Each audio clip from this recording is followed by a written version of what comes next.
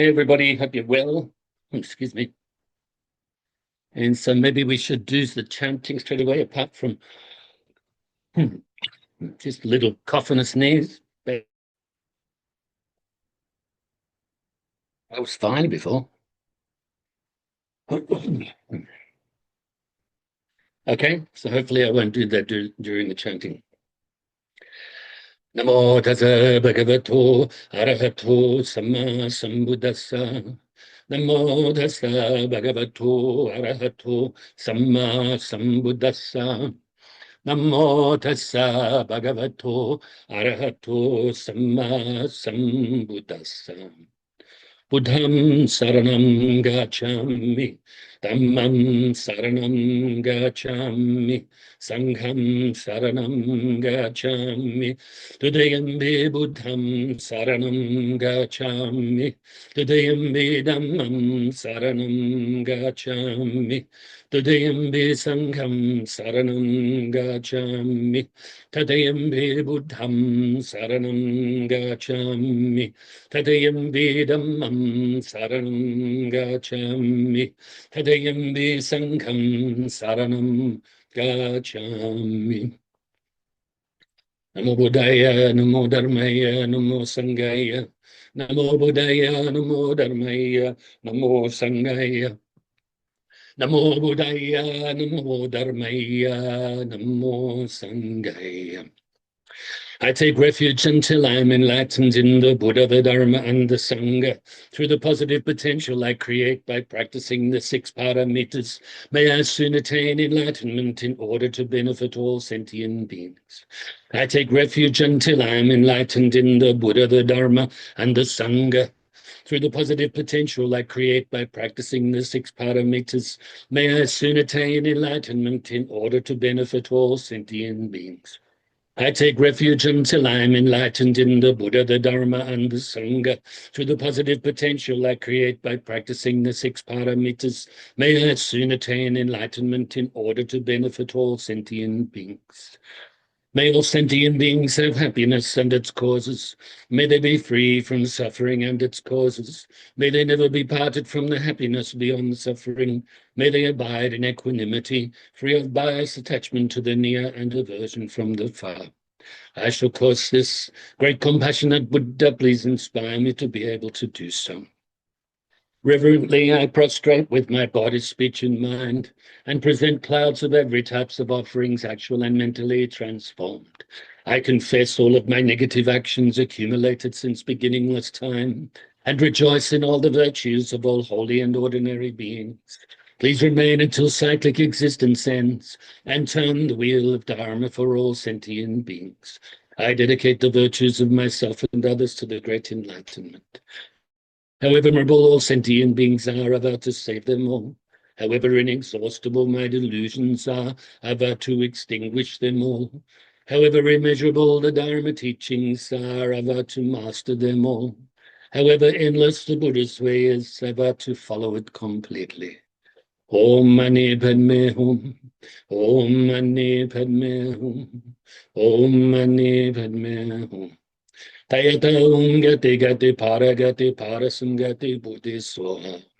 Tayata Gati Gati Paragati Parasamgati Buddhi Soha. Tayata Gati Gati Paragati Parasamgati Buddhi Soha.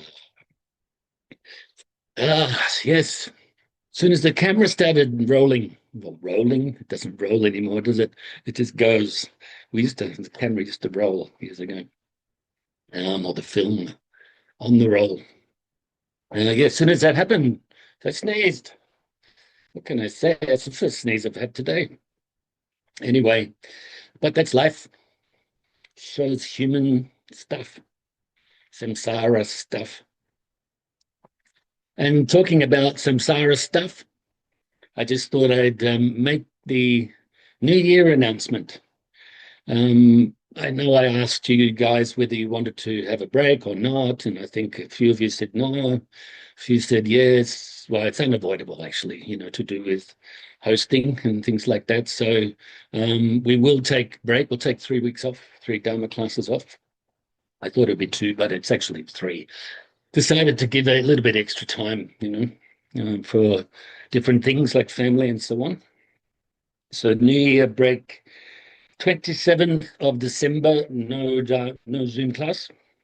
3rd of January, no Zoom class. 10th of January, no Zoom class. 2026 coming up. So basically, you obviously, like normal, you can contact me. Just be patient. I'm not the type of person that has their phone on them all the time.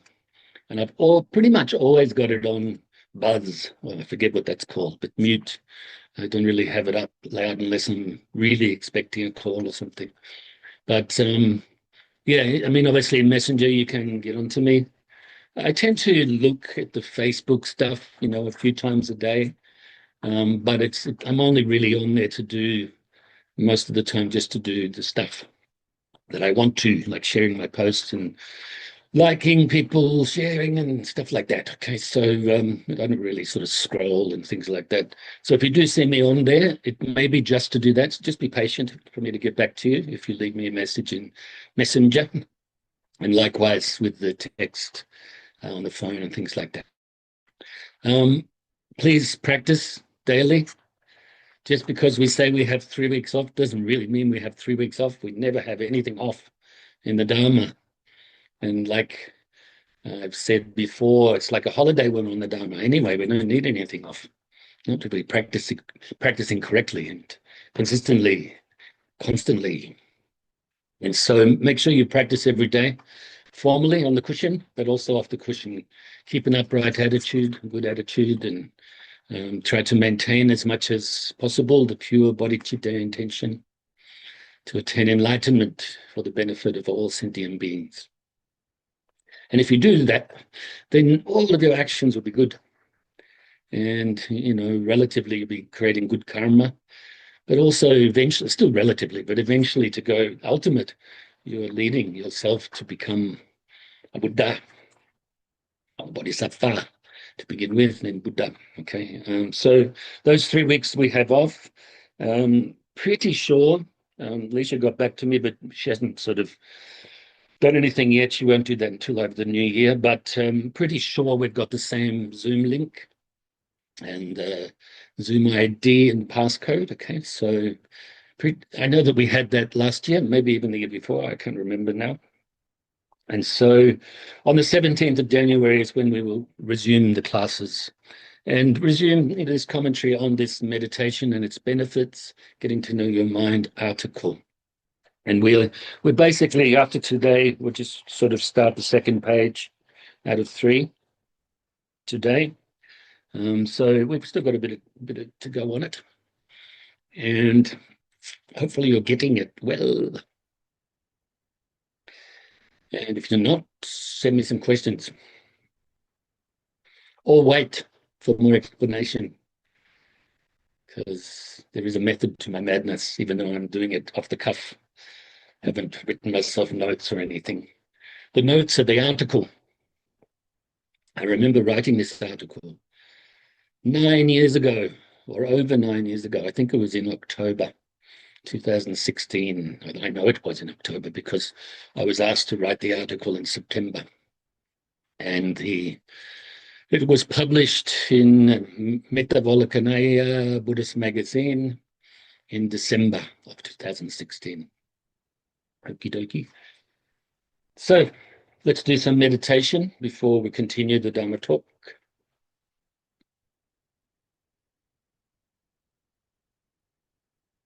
Get yourself really comfortable and bring your mind inside your body.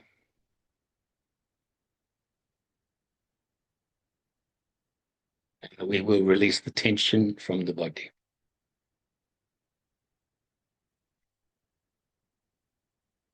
Ideally, we can do it just with the mind and releasing these physical areas or relieving them of any tension. But if you need to, you can utilize your breath, your breathing anyway. You can take just a little deeper breath in and longer out breath to release the tension if you can't release it just with your mind and normal breathing. Or you can manipulate the body a little Stretch it a little,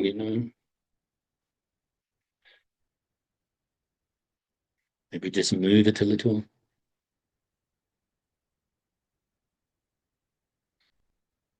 But I remind you, once we get into the breath meditation and loving kindness meditation, do your best to remain still. Still and quiet.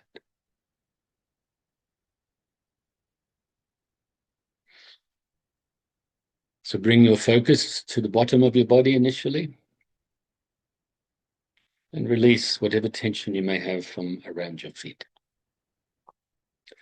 From your toes, the bottom of your feet, the balls, the arches, the heels, and the top of the feet. In between your toe bones, lots of tendons and ligaments there. Around your ankles and Achilles tendons.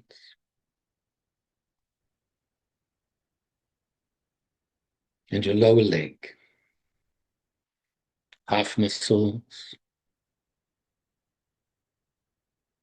around the shins.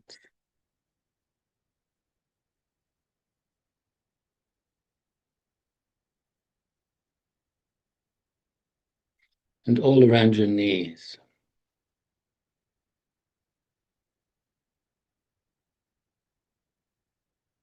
And your upper legs, hamstrings, quads,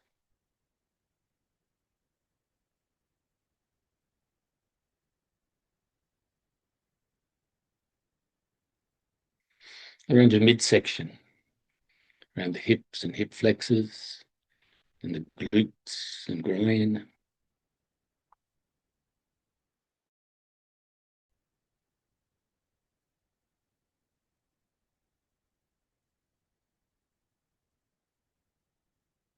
And all around your abdomen, sides, and your lower back up to the middle of your back.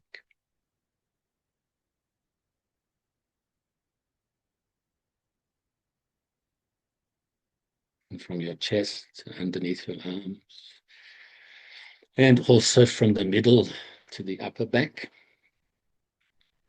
Release from the rhomboid muscles that are on each side, running in between the spine and the shoulder blades. And on the outside of the shoulder blades, you have the lateral muscles. Also release from the upper trap muscles that run between the neck and the shoulders.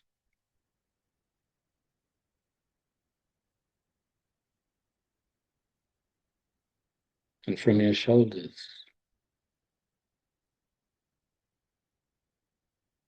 and your upper arms, the biceps and triceps, and your elbows, and forearms, wrists, hands, fingers and thumbs.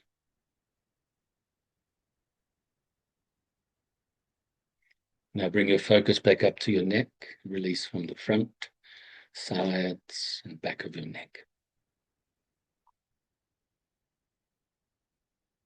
From the back of your head, and also the sides of your head, around your ears and temples. And release from all around your face, around your cheekbones and cheeks. Make sure you're not clenching your jaw. Your chin and mouth, lips gently touching, tongue resting on the upper palate, above the top teeth. From your nose and sinuses, eye sockets and eyes. Make sure you're not frowning. So release whatever tension you may have from your forehead. And finally, the crown of your head. And now scan your body briefly once more to see if there's any leftover tension that you can release. And if there is, do so.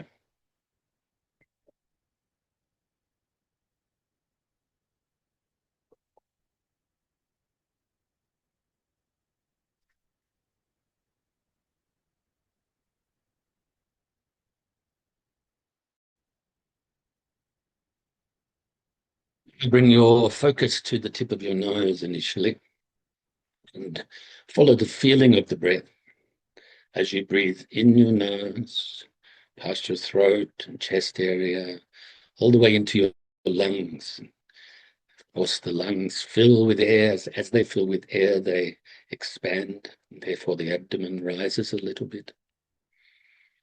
And as you breathe out, they compress. Therefore, the abdomen drops a little bit. And the air leaves the same way it came in, but now it's quite warm on the back of your throat after being in the body. Initially, as you breathe in, it's quite cool past your throat. So breathing in and breathing out. Once again, I remind you to stay still. Even if you get little itches and things, just try to resist it by focusing on your breath.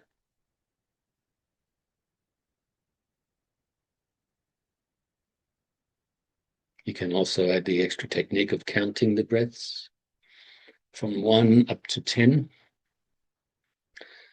1 in breath and 1 out breath is 1, and so on. But if you get distracted on the way towards 10, go back to 1 at that time. This is just to help you keep focused on the breath. So if any thoughts arise or mental activity, like telling yourself stories and so forth, or dwelling on the past or thinking of the future, even thinking I'm in the present moment,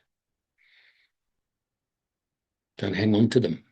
Don't grasp at them. Don't cling to them. But also don't try to force them away either or deny them. But simply let them go naturally by replacing, or as you replace your mind back onto your breath.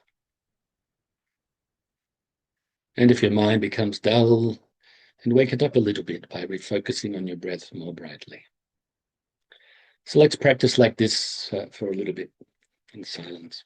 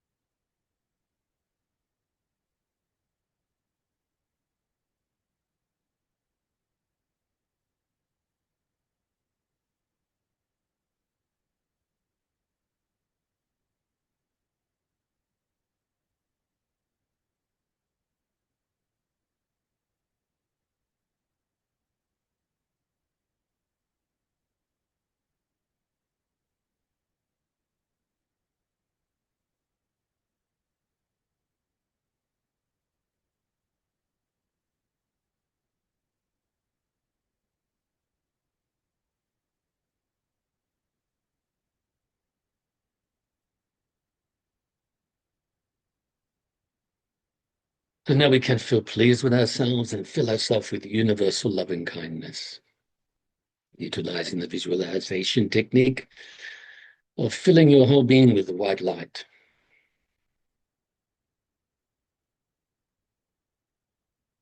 Really feel this universal loving kindness that you are extending to yourself, filling yourself with.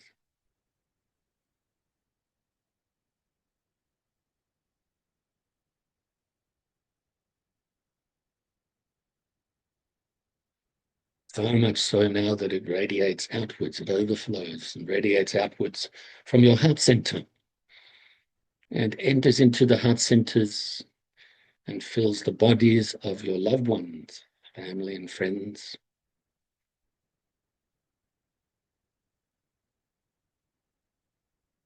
Wishing that they are happy, free from suffering, and are peaceful.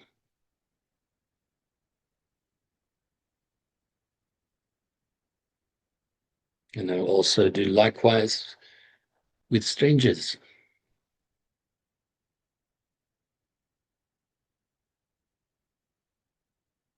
And also those you find difficult, may regard as enemies, do likewise as well. Slowly chipping away at our biases, working our way towards realizing this mind of equanimity, free from attachment and aversion. And therefore our loving kindness, compassion and joy can be then developed beyond measure,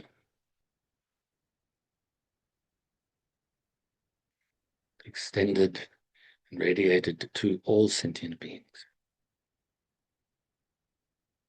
So let's now radiate this loving kindness out further and further distance-wise, initially around your immediate area, to all sentient beings that live on the land or under the land, in the waters.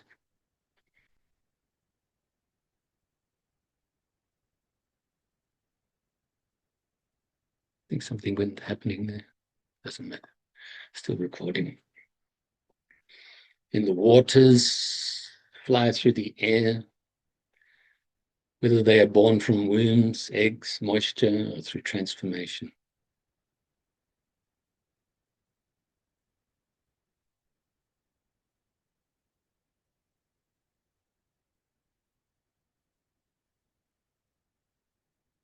Now extend this love and kindness out further and further distance-wise again throughout your whole state or county to all of the sentient beings.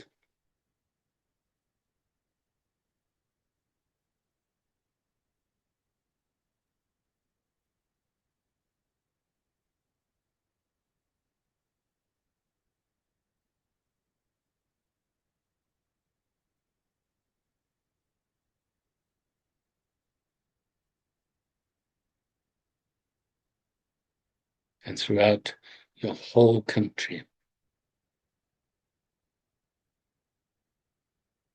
And all of the countries throughout the world, as well as all of the oceans and other bodies of water, and down to the core of the earth and to the outermost atmosphere.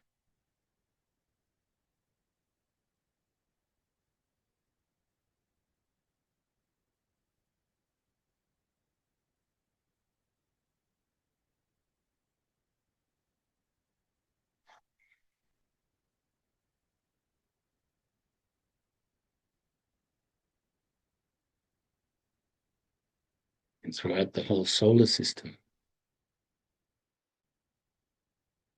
and galaxy and universe, and throughout infinite space, whilst also being present here now to recite the dedication prayer. Due to this merit, may I soon attain the enlightened state of the Buddha, so that I may be able to liberate all sentient beings from their suffering. May the precious body, Chitta, not yet born, arise and grow. May that born have no decline, but increase forevermore. And may the precious view of Shunyata, not yet born, rise and grow. May that born have no decline, but increase forevermore. So, first of all, I will read to you what we, with no commentary, what we spoke about last week.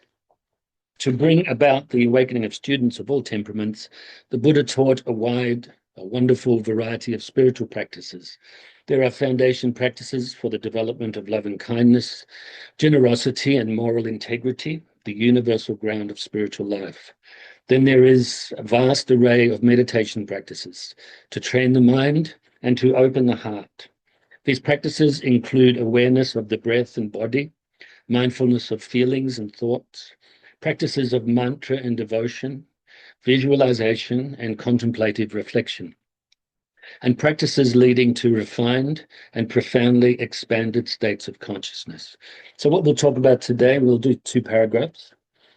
First one, we sentient beings are all different in one way or another, all at different stages on our spiritual journey, our path to enlightenment.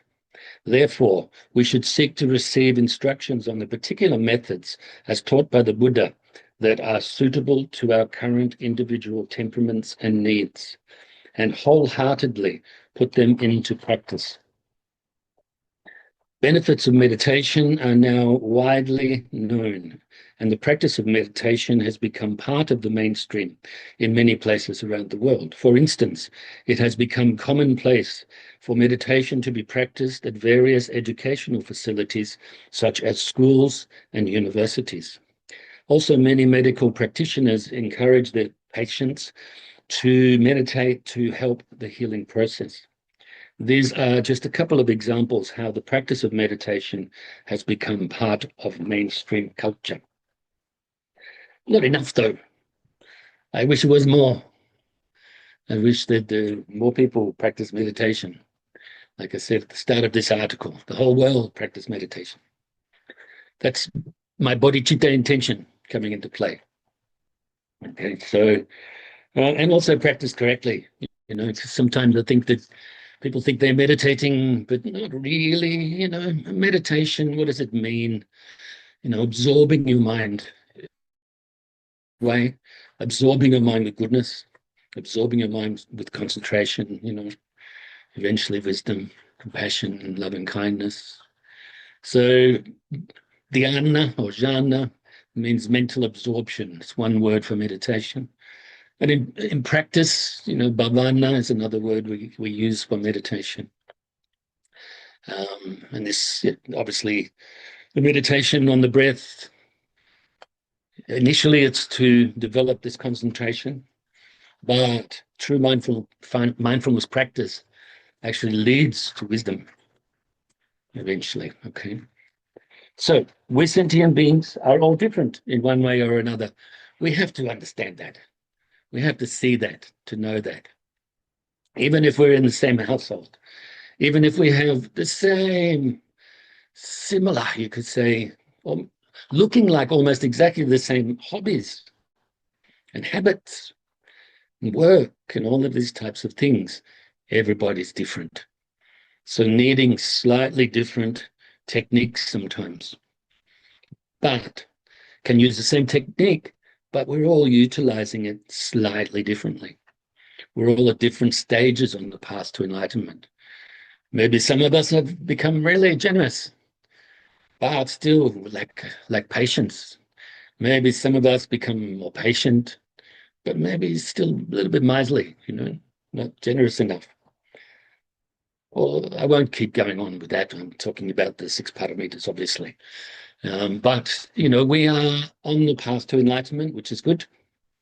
And if we fall off, to use the metaphor, then get back up again straight away, recognize it and go, okay, back on the path in the right direction. So we're all different in one way or another, and all at different stages on the spiritual journey, such as I just mentioned, a path to enlightenment. Of course, it's the metaphor, isn't it? Path to enlightenment. There's no path. There's no enlightenment. But we need these signposts, you could say, along the way. We need to say, okay, we're going this way. This is my path, going the right way on the path. We need to have something to aim towards, a purpose, a goal. Enlightenment. We call it enlightenment. We call it Buddha. We call it Anuttara Samyak Sambodhi or Sama Sambuddhasa or Buddha. Okay? We need something like this at the moment. But eventually, we'll realize that these signs, there's this labeling, this conceptualization, need to let it go. Enlightenment, so-called enlightenment, is beyond all of that, okay? Do we realize that yet? Maybe intellectually we do, conceptually we do, but ultimately we don't.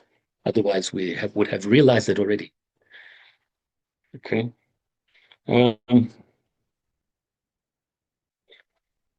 Therefore, we should seek to receive instructions on the particular methods as taught by the Buddha. Make sure that the methods are taught by the Buddha.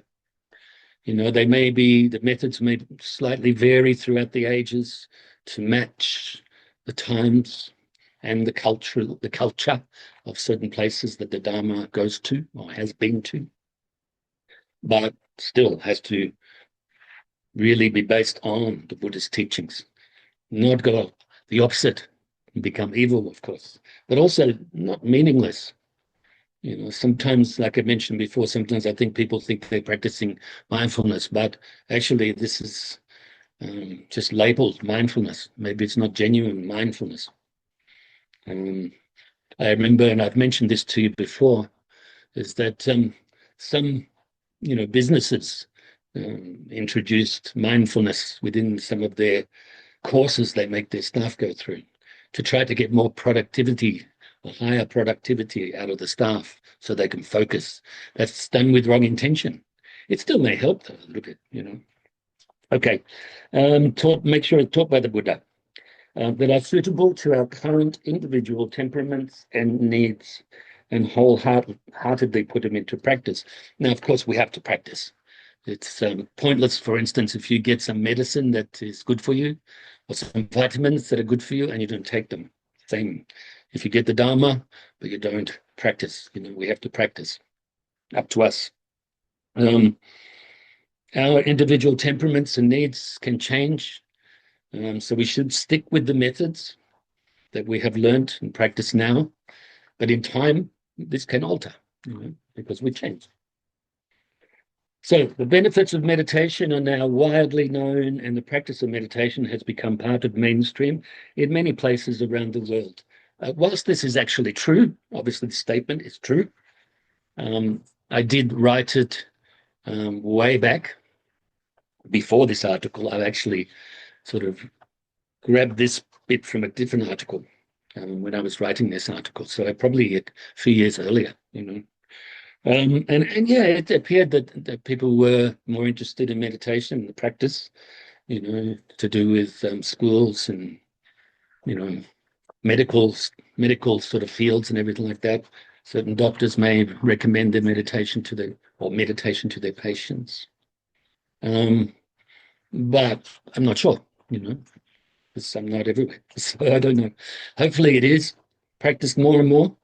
I do know some Western teachers in America, for instance, both from when I lived there, as well as some people that I've met on the internet over recent times, actually do teach, high school teachers, primary school teachers teach meditation at the beginning of their classes. So I do know they've introduced that.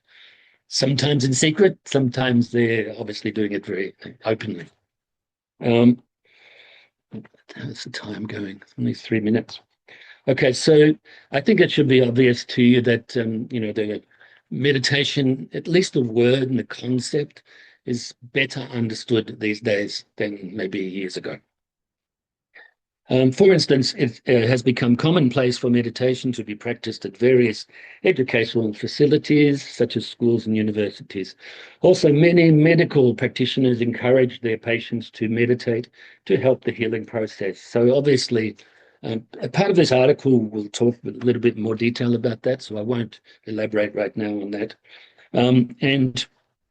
But obviously, if you have a calm mind, positive attitude and so on, you will help yourself to be calm. The body's more calm, then you can heal. Let's say you have a wound or something like that, and then you give yourself a chance for it to heal quicker, not to get infected and stuff like that. These are just a couple of examples how the practice of meditation has become part of mainstream culture. I kind of touched on it before as well. Some work things, some companies introduce this sort of more positive mindset idea, mindfulness idea, and it can only be good, even if they are doing it. Their intention is to get more profits. At least the workers get the opportunity to be introduced, at very least introduced to the idea of mindfulness practice. And so if we find, I'll just say this to you as well, if we find that our own practice is difficult, then maybe stop, check your intentions. Because really, if our practice is difficult and a burden, I should say, then this has to do with your attitude. And if it's easier, then you have more of a positive attitude. You can see the goodness in the practice because you have realized some good change, you know. And I know that we're under a minute, so yeah, sorry about the little bit of a break that we're having, but it's unavoidable. And so 27th, the 3rd, and the 10th are off, back on the 17th. But of course, next week we are on, so the 20th of December next week.